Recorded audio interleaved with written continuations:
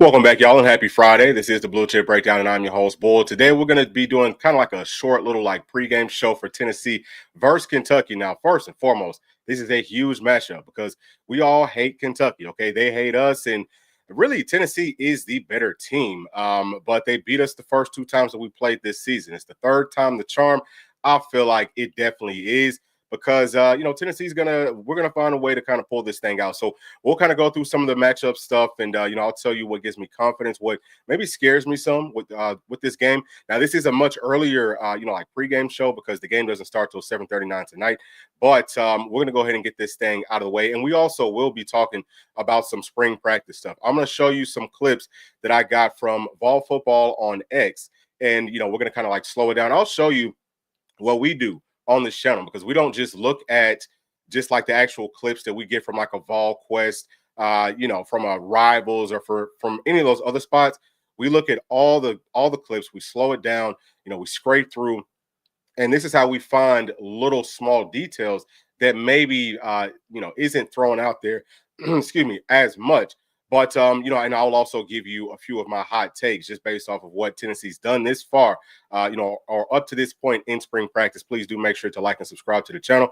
So we're going to start off right here with matchup stuff. Okay, matchup stuff for this Sweet 16 game coming up tonight. And I'm actually going to make this a little bit bigger so that I can see it. So first and foremost, you can see how I think the starters will look. Okay, we already know how our starters will look more than likely, but the size difference, there is a pretty big size difference here that could be giving Tennessee some trouble. One of the biggest things that I'm looking for tonight is how does ZZ guard number one, okay, Butler. How's he going to do versus him because he's really good, but also is ZZ going to take care of the basketball? He turned it over way too much in our first two games, and Butler is really good on defense. He's probably one of their better, he might be their best guard on defense. The next matchup here is with number 00. He's a stud, man, and we'll get to the points and all. I think he's averaging 16.5 points per game, and Meshack's probably going to be sticking him. Now, Meshack can definitely slow him down, but that's going to be big with all of our guards, really with everybody.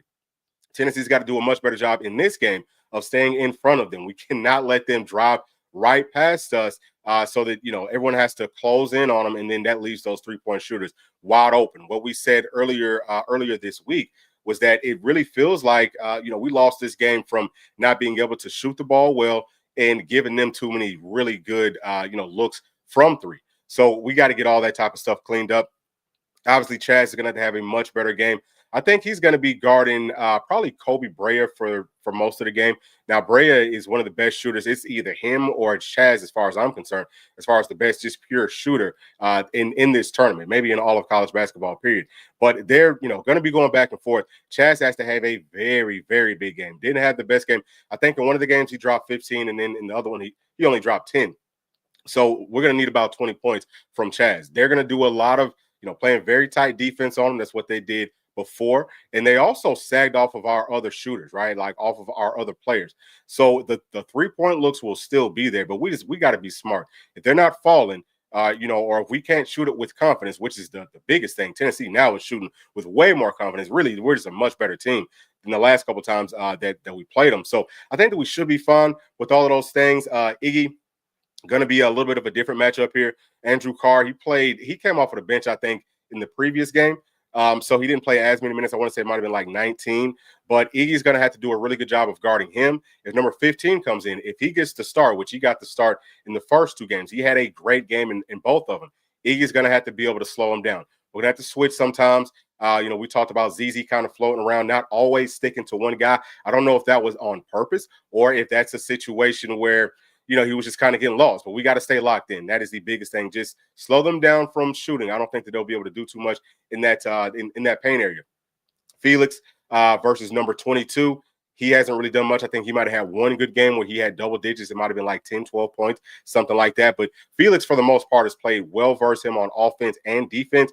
We also had to do a good job of not getting into early foul trouble with really any of our guys. I think maybe more so with our bigs because we don't have as much depth there. But, let's drive at them. Let's try to get them into some foul trouble. We all know that Jordan Ganney coming off of the bench is playing way better. Didn't play good in either one of the first two games. I think one game he had 6. One game he had 8. It was something like that. But now he's averaging about 13 points. So let me move on to this next slide because that'll actually show you. And then, too, as we've touched on, down at the bottom in red for both teams.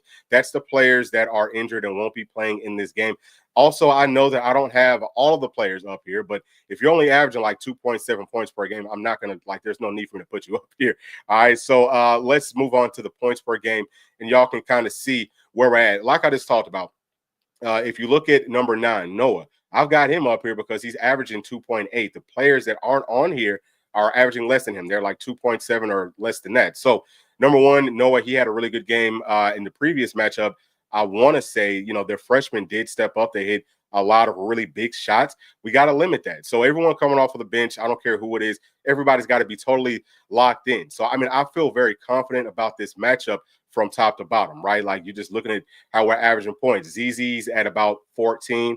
Butler's at about he's at about 11. I wish that I could see what they're averaging over the course of the NCAA tournament, because he might be a little bit higher than I think that he's been playing pretty well, but so has ZZ. Chaz, you know what I'm saying, averaging 18 points, is going to have to do better than that. I think tonight we're going to need 20, maybe 20 plus. Actually, I think Chaz is the leading scorer in the NCAA tournament, so he is a problem. Not too many people are talking about him, but he can get it done from all 3 levels. Obviously, he can shoot the lights out of the basketball, from outside, mid-range. Just looks pure. I want to see maybe a little bit more pump fakes. Hopefully we get some foul calls there, driving to the basket. He's driving with a lot more punch. Last time that we played these guys, he's going up there soft. And I think that he learned from that. He hasn't gone to the rim soft since that previous game. So we've just learned a lot since last time that we played him. But obviously, man, looking at 00, averaging about 16 points, Shaq is going to have a very good game on defense. But also Shaq, like, look at him. He's only averaging 6.1 points here. But he's a guy that over the course of like the past maybe about month or so, he's been hitting the 3, shooting the 3 with a lot more confidence after he hit that like buzzer beater. I think that he shot with a lot more confidence. I would expect, and I'm kind of thinking and hoping and praying and wishing that he's going to get maybe 2 threes tonight, because they're going to sag way off of him, dare him to shoot. We got to get rebounds. That's going to be huge in this game. Iggy also played very well in the previous 2 matchups. He hasn't done the best as far as scoring, or like rebound. I think the previous game, right, he had like 7 boards, but outside of that, it has not been that great over this past month. We need for him to get back into form. Maybe it's something about seeing that blue that gets him going. If he gets going, Tennessee's a very dangerous team, because everybody else is playing how we need for them to play. Felix, I think the previous game he might have had 8 points. It might have been 12 points. He had a pretty solid game scoring. Can he continue to do that? Like we said, can he get their bigs into some early foul trouble? Have to bring some of these guys off of the bench. That would be huge for Tennessee. His defense is going to have to be what it has been. It's been good. It's been very consistent. Everybody needs to get rebounds. Tennessee's guards rebound well, and so do theirs. Like, both teams, the guards will go after the rebound. They're going to go after the basketball. This is going to be very physical. We're going to have to get on the floor, play with maximum effort, minimize mistakes and all of that. Jordan Ganny, I'm expecting a much better game from him, like we talked about. Cade, I think that he played pretty well. As far as scoring in the most recent game, it might have been in that first game. Either way, I expect for him to come in and do what he does. You got to be strong, you got to be tough, and you got to play smart. He needs to hold on to the basketball, okay? Whenever it bounces to him, you got to hold on to it. I think that he will do that. Darlin Stone Dubar, he didn't do a great job of shooting from 3. I want to say maybe in the most recent matchup, but he's going to get it together. He's going to get better at it, and I feel fine about it. Like, his defense really is probably going to be one of his strongest points in this game. He has to play really sound defense. I want to see Tennessee playing more in those passing lanes. We don't always have to necessarily play the man, but we've seen teams have a lot of success playing in those passing lanes because they want to try to drive and dish. So I think that, just the entire game plan for Tennessee, it can change. There's places where Tennessee can get better at. But for them, I don't know how much they will want to change. They'll probably come back into this game with the exact same game plan that we saw before. And that, I'm thinking, will get them beat. I really still feel like this is a game that Tennessee can win by, double digits. I feel great about it. But let's take a look at some of the other matchup things. And actually, before we get into that, let me get to this chat right here from my dog, Robert Branner, saying, "Go the Big Orange." That is hilarious. Thank you for joining us, brother. And listen, y'all are more than welcome to, and we hope that y'all will just join into the conversation. Whatever y'all's thoughts are, whatever y'all are seeing, y'all are more than welcome to voice that here, and we will try to get to everybody. I think that we'll have enough time to today. So the next thing that I want to look at, let's make sure that we got this thing right. Okay, so I want to take a look. This is from covers.com. I like to look at this site because they've got pretty much all the matchup stuff that we look at. They've got it all. right here. So number one, what I'll do is I'll come over here to the odds and let y'all see how the lines and all that, how the spread and all that is looking at this point. So it looks like Tennessee is favored at the most by 5.5 points, and the least that they have here is 4 points. So everyone's pretty much picking Tennessee. I haven't heard anyone yet that's just like a national analyst pick against Tennessee. Does that mean Tennessee's going to win? No. Does that make me scared or, no? I mean, I just feel like this is a game that there are some things that we'll get to here in just a minute that I feel like Tennessee needs to watch out for, but I feel perfectly fine with it. I just think that Tennessee is the better team, and we played two of our worst games the last times that we played these guys, and that's why Tennessee lost. But you can also look here at what the over-under is, just kind of give you all a gauge on what they think, how many points will probably be scored in this one. So it looks like they're thinking about 70-something points, like 75 to 70, something like that. That's about what they're thinking. I think Tennessee's going to drop 80. I think that we're going to hold Kentucky to 70. So let's come back over here to these stats, man. Let's take a look at some of the matchup stuff. That's showing the schedule. Okay, so right here, you can see we're starting off with some of the stats right here. This is Kentucky on offense versus Tennessee on defense. And you can see that Tennessee's defense is winning in a lot of these categories, right? Like stuff like free throws. Obviously, I don't even know what that even means. Like you don't shoot free throws on defense. And I don't know if they're saying what teams are averaging free throw wise versus Tennessee. Maybe that's what that means. But either way, Tennessee is actually the better free throw shooting team than they are. And we also, they shoot better from three than we do, but it's not by like this huge margin. So, yeah, I mean, that's how that looks right there. We'll take a look at some of these other stats. So rebounds, Tennessee's winning there. Just as far as getting rebounds on defense versus them getting rebounds on offense, that's a huge deal. You don't want to give them a bunch of second chance points and things like that, right? Or I'm sorry, maybe that's the overall rebounding. Yeah, so maybe that is just overall rebounding. All right, so let's keep it going. I think that they might actually maybe average more offensive rebounds. But either way, no, I don't think so. In our previous two games, Tennessee held them to, I think one game it was like 8 offensive rebounds. The other one might have been 7, might have been 10. It was something like that. So we're actually doing a pretty good job of limiting their second chance points. That's big. We got to play grown man basketball. You know what I'm saying? Grown folks basketball. You got to get down there and you have to get to the ball. So right here, this is just showing points. Obviously, they average a lot of points per game, 85 points per game. Tennessee's holding teams to about 63 points per game.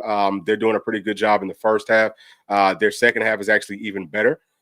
So, Tennessee's actually doing a better job in the first half, according to this, and maybe like a worse job on defense in the second half as far as the points that we are giving up. So let me see if I can, hold on. I might have to restart this thing. So, okay, there we go. So now we can look at Tennessee on offense versus Kentucky on defense. And I mean, all these numbers look really good. It's in favor of Tennessee, most of them anyway, except for 3-point percentage. But I feel like if you were to go back and try to calculate all this stuff just over the past month, this would look totally different. I think that Tennessee might be winning in all of these categories because our 3-point percentage has gotten way better. Everyone's shooting with a lot more confidence. We're just playing with a lot more confidence. People know what their roles are. That is so big. I'm not saying that, pretty much everybody that's still playing. All the players should know what their role is, but that is a good sign, and I think that Tennessee probably has the best overall player on our team in this game. So, that'll be another big key to this game. Just as far as the points per game, Tennessee's averaging about 75 points per game. Kentucky's holding teams to 77. So I do feel like, maybe you could look at that and say, okay, you can give Tennessee maybe 2 more points or maybe 1 more point. I don't know if you want to try to split that difference or, however you want to do it. I think that Tennessee will drop 80 points in this game. That's just how I'm feeling. So let me get on back to this. And we will actually, let me come back to this part of it right here. So I don't know. I don't remember. I don't think that I put the other stats that I wanted to put in here. But either way, the one thing that I am the most concerned about with Tennessee is just because this game is such a big one. Our players for both teams are talking trash back and forth on social media in a lot of different places, right? Like there's a lot of shade being thrown back and forth. So I don't want for Tennessee to get into a situation where we're just doing more than what we're supposed to do. This is obviously it's a very big game, but you gotta have the same mindset. You've got to do the same regular stuff that you always do. Don't try to do too much. That's probably my biggest concern for Tennessee in this game. I would say one of my other concerns for our Volunteers is what if our 3-point shots aren't falling early on in this game? That could be another thing that's a problem. Will we start to get down on ourselves and say, we're just not going to shoot them as much? I don't want to overthink it. None of that. Like, I just want for us to come out here, ball. You know what I'm saying? Just play hard. I think if Tennessee does that, Tennessee should be able to come out with that victory. Let me get to this one right here from Rhonda. What's going on, Rhonda? Thank you for joining us. And she says that she loves my confidence so much. Go Big Orange. Yes, ma'am. Yeah. So, hey, I'm happy that you like that. Hopefully, y'all are all confident too.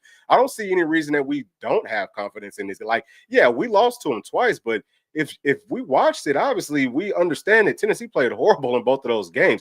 And yeah, they had several players that weren't playing for those first couple of games, but they have two really good guys that aren't going to be playing in this one too. So it just pretty much is what it is. I think that Tennessee is the better team, and we're going to come out tonight. I think that we're going to prove that. Yeah, I have the utmost confidence in this team. So it's just, I think outside of just doing some, outside of us just having another bad game and not finding a way to kind of fix that, as long as we come in mentally focused, right? Like, as long as we come into this game locked in, Tennessee's going to win. I think that we're going to win it. I'm not going to say it's going to be easy. Obviously, it's going to start off tough, but I would say, once there's about 4 or 5 minutes left, Tennessee will really start to pull away.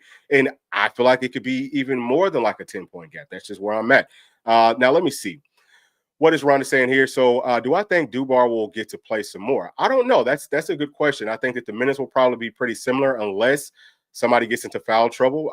But yeah, I would like to actually see him play more because with D Stone, he's a guy that he can work that post. You know what I'm saying? He's a bigger guard. He's a stronger guard. I think that he feels more comfortable and confident playing in that post. That's a great way to get their guards into some foul trouble. I would love to see us try that. So I feel good with any of these guys playing. One of my biggest questions is going to be, will we see Bishop Boswell early? Because that's something that it feels like Coach Barnes has tried to do here recently. He wants to try to get him out there early, especially, obviously, again, if someone gets into some foul trouble. But I think that could be another piece to this game, because he can come in and play really good defense. I love him on defense. I would also love if he continues to drive to the basket. All of our guards, all of our, Iggy's got to do it. Everybody, we got to try to get to the basket as much as possible, because just like how they like to play, you drive and dish. It's going to leave people wide open because they're going to sag off of everybody else outside of Chaz. And let me see. Also, right here from Rhonda, she's saying that's what she's worried about is foul trouble. Yeah, that is something I think to worry about, especially in a game like this where that the players, they want to play so hard. They know that they have to close out on those shooters. And I'm gonna tell you, in both of the previous matchups, there were some times when Tennessee was fouling their 3-point shooters and it wasn't called. So I hope that doesn't happen again today. But I mean, you can't overthink it. You just got to go out there and ball, but you also have to play really smart. So that's my biggest thing. Just come in here focused, play smart. If Tennessee does it, I think Tennessee gets this dub. So that is my, that's what I'm thinking for this one. So let's go on ahead and listen. Of course, if y'all have any more thoughts or comments on this game, you can always bring that back up. But I am going to move on to the next thing right here. We're going to talk about some spring practice stuff. And I want to start off right here with the injuries, because we know that Miles Kittelman, right? Like, we just put the video out yesterday. I said that at earliest he would probably be back in 4 to 6 months, which would be like right at the start of football season if it's 4 months. And then I said, but it will probably be closer to like 6 months. That was just pure speculation. But it does sound like some of the insiders, I think I got this from VolQuest, sounds like they have heard that Miles Kittelman could be back by early in the season, maybe by the start of the season. Now, this is my whole thing, y'all. Why I kind of feel like it might be closer to like 6 months is because obviously whenever you have surgery on your chest muscle, that entire time they're gonna go through like their rehab and stuff where they're gonna work it some and try to keep it I guess somewhat functional, but they're not lifting real weights. Playing tight end inside of Tennessee's system, it is a physical job. You got to be able to use your chest. And something that I had read is after you have surgery on your chest muscle, that it's recommended that you don't do bench press for 6 to 9 months. So that's why I said it could be 6 to 9 months.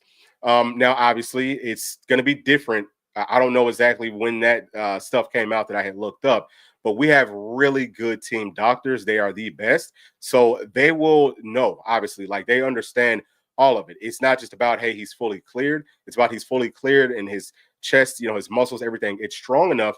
He's been able to work out and all of that and get back into the groove of being able to push and all the things that he needs to do as a tight end is good enough that we feel like he could come back by early on in Tennessee season. So hopefully that's more of what they meant. It wasn't as much of this is just when he's going to be clear to start actually getting back into working out, because that could take some time. Now, muscle memory is great. These guys work out a lot, so it shouldn't take them too long. I'm thinking by about like a month. Should probably take him like a month after he's, pretty much fully cleared of working out, and he should be pretty much back to where he was at. It could be even quicker than that. So I just want to kind of throw that out there first. And also I want for y'all to look at, all of the different bodies that we have that are kind of banged up, that aren't really doing too much, practicing in spring, that are on defense, especially with that line, because as we get into some of these clips, y'all understand what I'm talking about. So the first, let me get to this one right here. All right, so we're going to start off right here, right? So these are clips that we got from Twitter, right? This is, again, from volfootball.com. And this first one,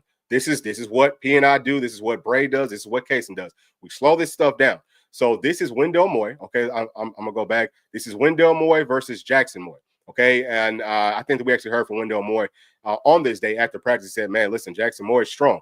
So something that's interesting here to me is that Wendell Moy lost like 20 or 30 pounds since last season. He wanted to kind of slim up and all of that, which, as we talked about, it does feel like Tennessee's looking for some faster guards that are strong, that can move. I think that we're going to see a lot of outside zone and just a whole lot of different wrinkles. But here, this is a very solid matchup. I think that this is a great way for us to just kind of start it off. This is, going back and forth. Yeah, Wendell Moore is kind of getting pushed back some, but he's not getting just absolutely beat.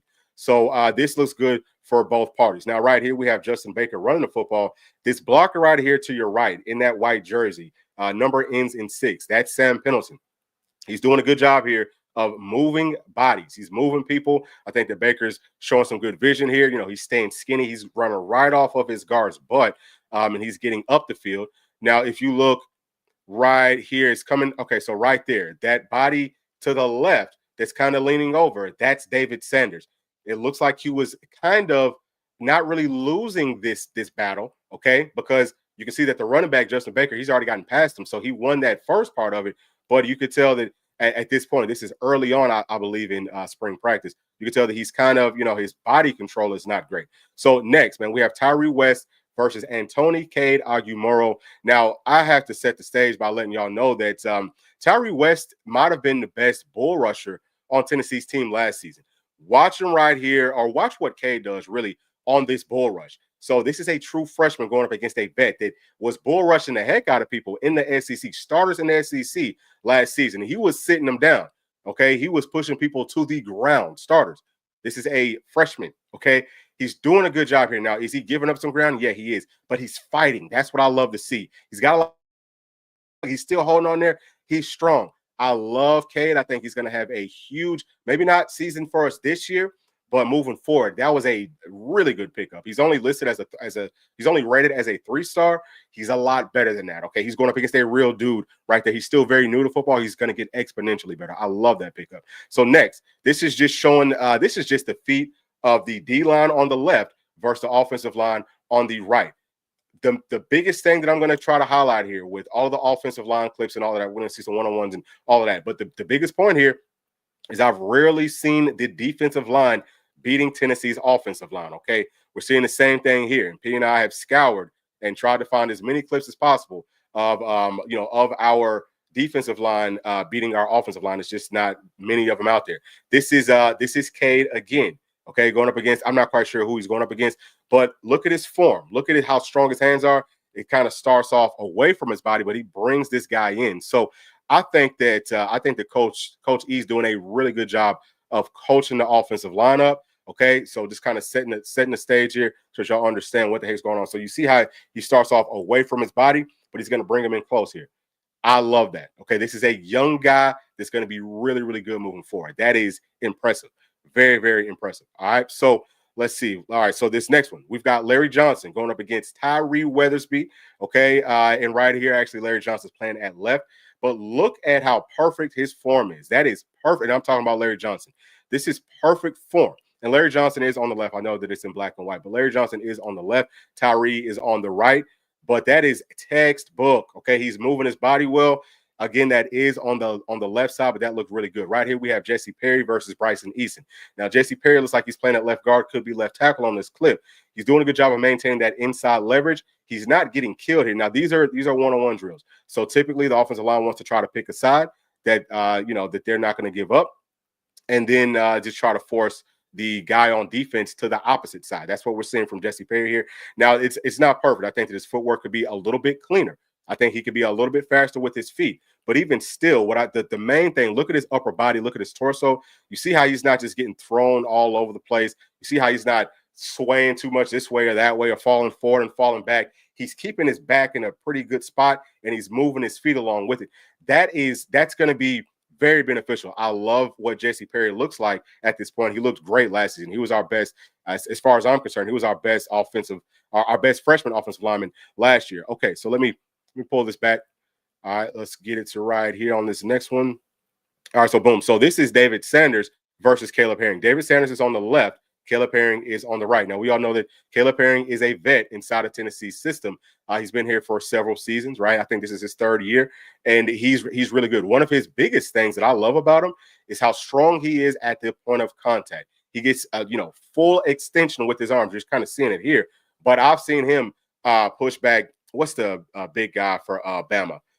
Their biggest tackle, 74. He's like 6'8", like 350. I've seen Caleb Herring last season do this exact same thing to him, but it was coming from this side. So he was coming off of the right side using his left arm. Here it looks like he's coming off of the left side using his right arm. Of course, David Sanders is working at right tackle. That's all that he's done. And also, let me just throw this out there that Caleb Herring, he's dropped about 10 pounds since last season, so he's down to about 245. He looks a lot more lean. I think that last year he didn't look, he looked big, but he looked just a little bit puffy. So, again, I think that this is a good job by David Sanders fighting. Look at that. Again, closes that distance right at the end. Now we have big old Lance Hurd versus Dominic Bailey, right? Okay, so Lance Hurd is on the left. Dom is on the right. This is textbook. He looks beautiful here. His knees are bent, right? Okay, he's keeping a good base. His body's not moving all over the place. Now, the one thing that I will point to that I feel like Lance needs to work on is going to be with the initial contact right here. Okay, so watch Lance's head. He's going to duck it down. See that right there? I don't like that. He's got to stop doing that. Dang it. I'm sorry about that, y'all. I'm moving all over the place. Okay, so right here, he has to stop ducking his head down. But outside of that, this is a very, very, very good rep. Okay, and you're going to watch him here. He's going to, he works the guy to the outside. He works down to the outside. Dom tries to come back to the inside, closes that distance quick. Look at the strength here.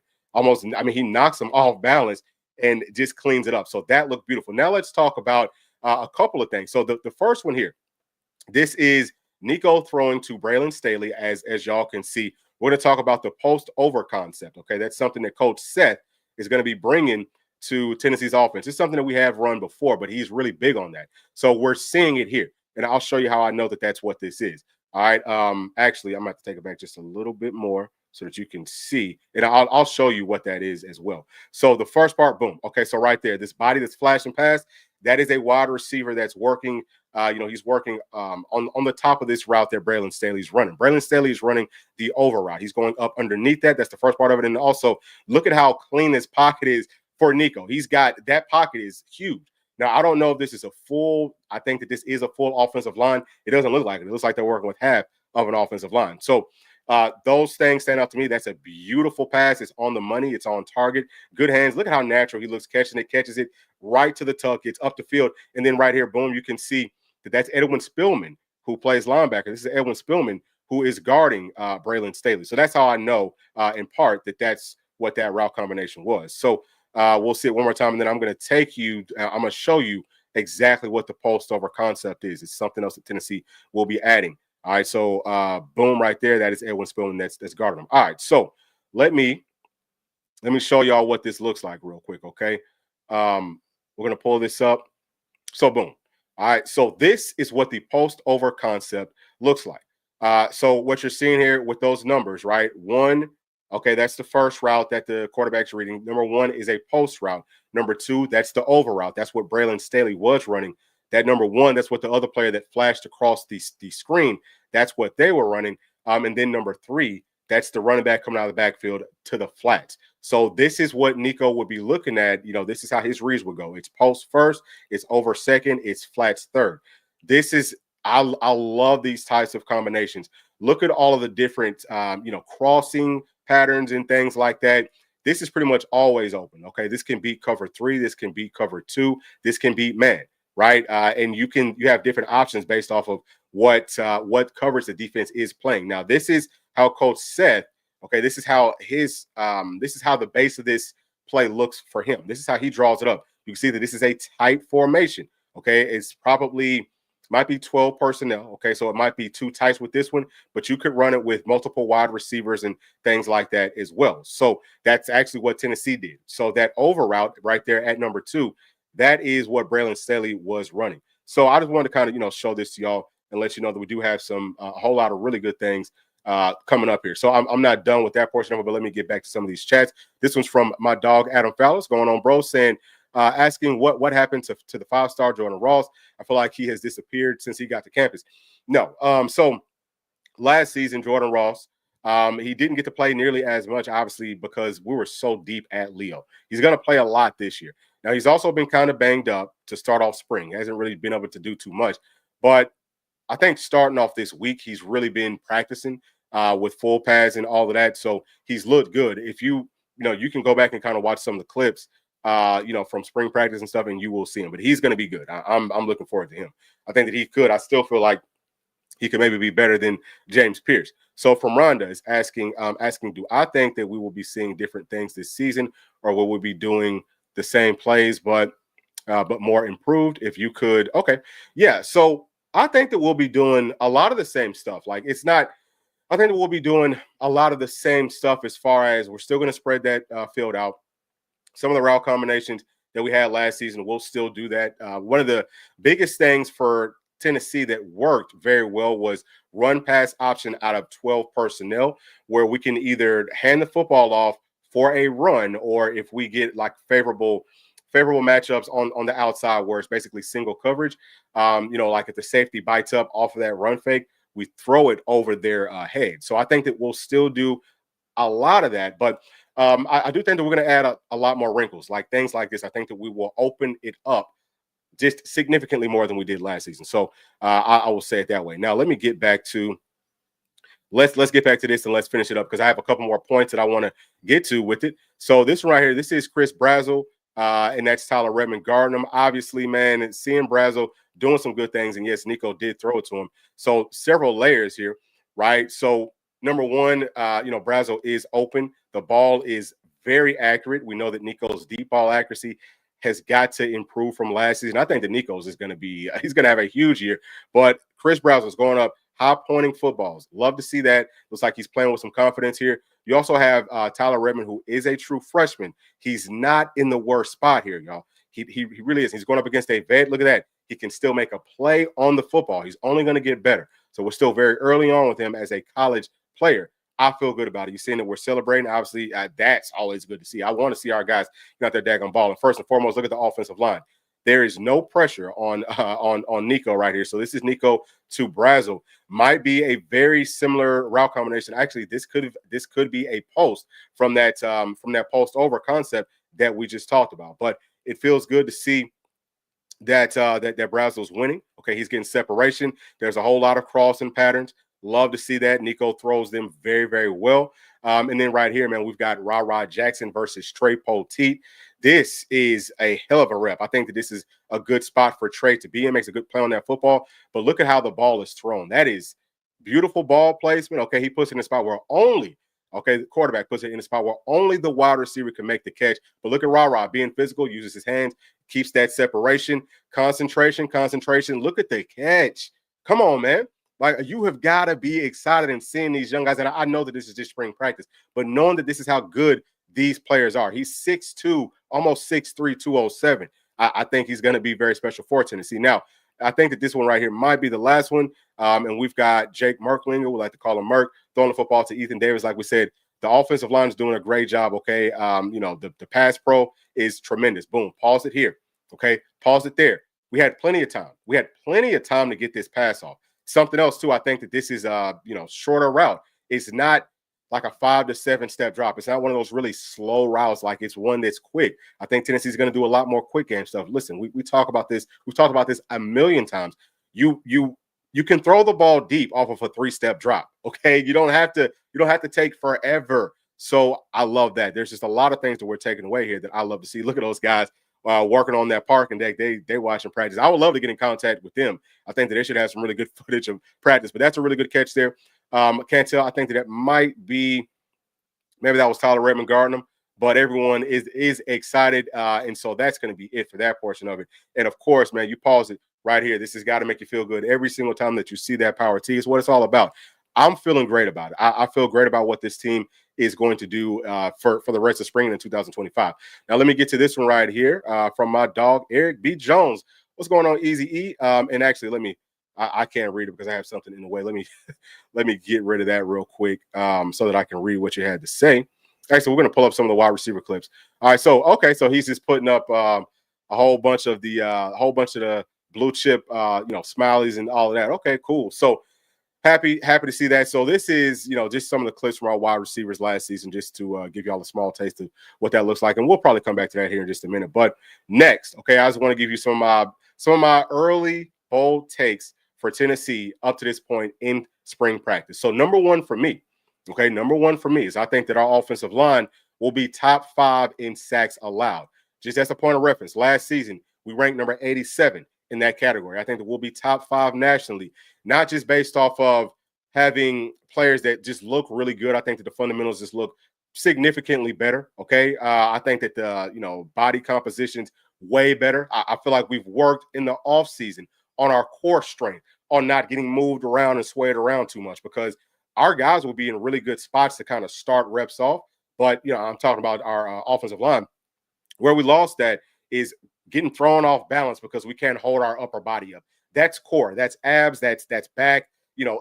That's gotten a lot stronger with this offensive line. And I also think because of the way that Tennessee's going to roll Nico out more, there's something else that I didn't put inside of these clips today, but I have noticed it. Nico's rolling out a lot. So that's going to help. I just think that the overall scheme with the misdirections, everything that's coming up, I don't think we're going to give up too many sacks. I also feel like Nico's going to process a lot quicker, go through his reads 1, 2. That's not there. I'm running.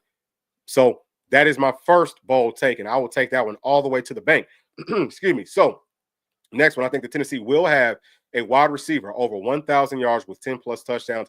It's probably going to end up being Mike Matthews. It could end up being Braylon Staley. It could end up being anybody else, right? It could be Brazel. It could be one of the freshmen. I don't know, but I think that we will see that this season. Our leading wide receiver as far as yards go last season was, I think that it was Dante Thornton. He had like 600 yards, or it was something like that. So that's my second bold take. Third is that Nico, or not Nico, but the entire offense will have over 4,500 yards passing. I think that the passing game is going to take a huge step forward this season, even though we've got a lot of unproven players at wide receiver. I'm putting a whole lot of that on Tennessee's scheme. I'm putting a whole lot of that on, just guys being dogs, and Nico taking a huge step forward this year. Next, this one is for Tennessee's defense at number 4. I feel like Tennessee will have to either blitz more or the pass rush will take a step back. I think that that's coming, right? Just because, like we touched on, we haven't seen a whole lot from our guys up front in winning reps. Now, we're not seeing all of the clips. We don't see all of practice, but you can tell a lot if you've watched this many clips and you haven't even seen it once. That says something to me. Now, it could just be that the staff doesn't want to show that just yet. Maybe that's what's going on. I don't know, but that's kind of how I'm feeling. I need to see what happens in this scrimmage coming up on Monday. And then the last thing, I think that Nico will have over 5,000 total yards. So, I think he's going to be over about 4,300 yards passing. I think he's going to have probably over 700 yards rushing, just because we're going to use his legs a lot more. Like we said, he goes through his reads. If it's not there, use your legs. Keep on getting positive yardage, keep us in positive situations. So I feel great. Obviously, most of the stuff here was based off of Tennessee's offense, but it just, all the stuff on defense. Yeah, I didn't take too much away from that. Actually, I apologize. Let me get to this one from Scott V first, because he came in first, saying that Jackson looks like he's ready to play this year. Yes, sir. So if you're talking about Jackson Moy, yeah, I think he's going to have a very big year. I think he gets to start right there next to Bryson Easton. From Adam Fowler, saying what happened to the 5-star Jordan Ross? I feel like he's disappeared. Okay, did I already read that one? I don't know if that one got moved around and I read it off twice or what? Yeah. So we kind of already talked about it. I feel like Jordan Ross is going to be just fine. And actually, let's take a look. Let's take a look at our Leo clips from last season because there's a couple more things that I do want to kind of touch on here. Number one, this Leo room was filthy. I think it's going to be really good again. I think I'm hoping.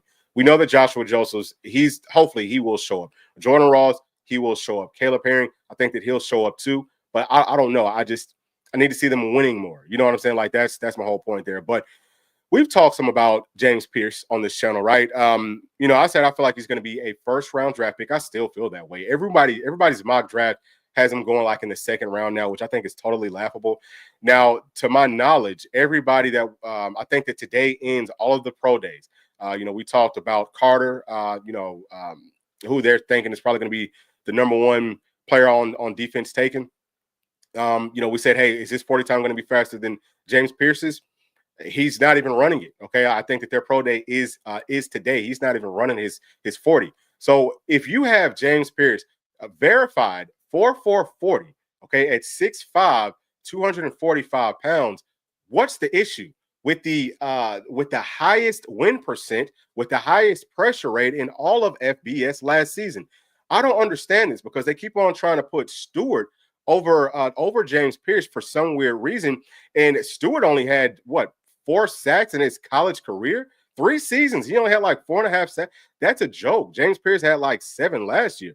So I'm confused about that. But what they're doing is they're saying, okay, well, Stewart, he had a really nice combine, but so did James Pierce. So he had a really nice combine. He looked great on film for 2 seasons.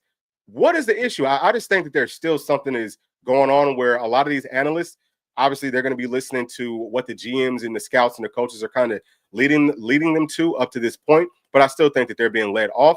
And I just want to kind of throw that out there. I think that James Pierce will still go first round. It just makes no sense for him to go second round. And if he does go second round, he's going to be a terror in the NFL. So this is our strong side ends. Let me see. I've got some more up here. I got some more chats from my dog Unsung saying or asking, do I think Nico will be at 230 by the fall? Yeah, I think so. So I think that right now he's listed at 220 or maybe 225. Yeah, I think he'll be 230, maybe even 235 by the start of the season. Because all of these guys, some of them might still need to or might still want to lose some weight. Some of them might want to still gain some weight, get stronger, add some muscle. After spring ends, there's going to be, the working out stuff, that takes another level up because that's the last real window that we can get bigger, faster, stronger before we get into fall camp. Okay. Which is obviously once you get into fall camp, it's go time. So yeah, I think that we're going to see a lot of these guys' bodies are only going to get better. Really, everyone should. But yeah, I think Nico is going to get up to 230, maybe even more than that. And from my dog, J Pat, what's going on, dog? Saying GBO, FUGA, all day, every day. So that's about it for this one, y'all. I feel really good about Tennessee's chances tonight. I think that we're going to have a great showing, and our baseball team also plays tonight versus South Carolina at 7 o'clock. So, the series is going to go on over the course of the weekend. We'll be talking about that as well. But for right now, it's all about the Sweet 16. Okay, we got to come out. We got to get back. I think that we will do that. And then we also, obviously it's spring practice. You know what I'm saying? We're football 24/7 on this channel. I feel great about it. And let me get to this right here from my dog, Jay Pat, saying that pistol video was on point. Thank you for that, man. And hey, look, we're still going to break that down even more. We're going to talk about that even more. But thank y'all so much for tuning in. That's going to be it for this one. Rhonda's saying go Vols, go Big Orange. And please do make sure to like and subscribe to the channel. We'll see y'all on the next one. Thanks. Peace.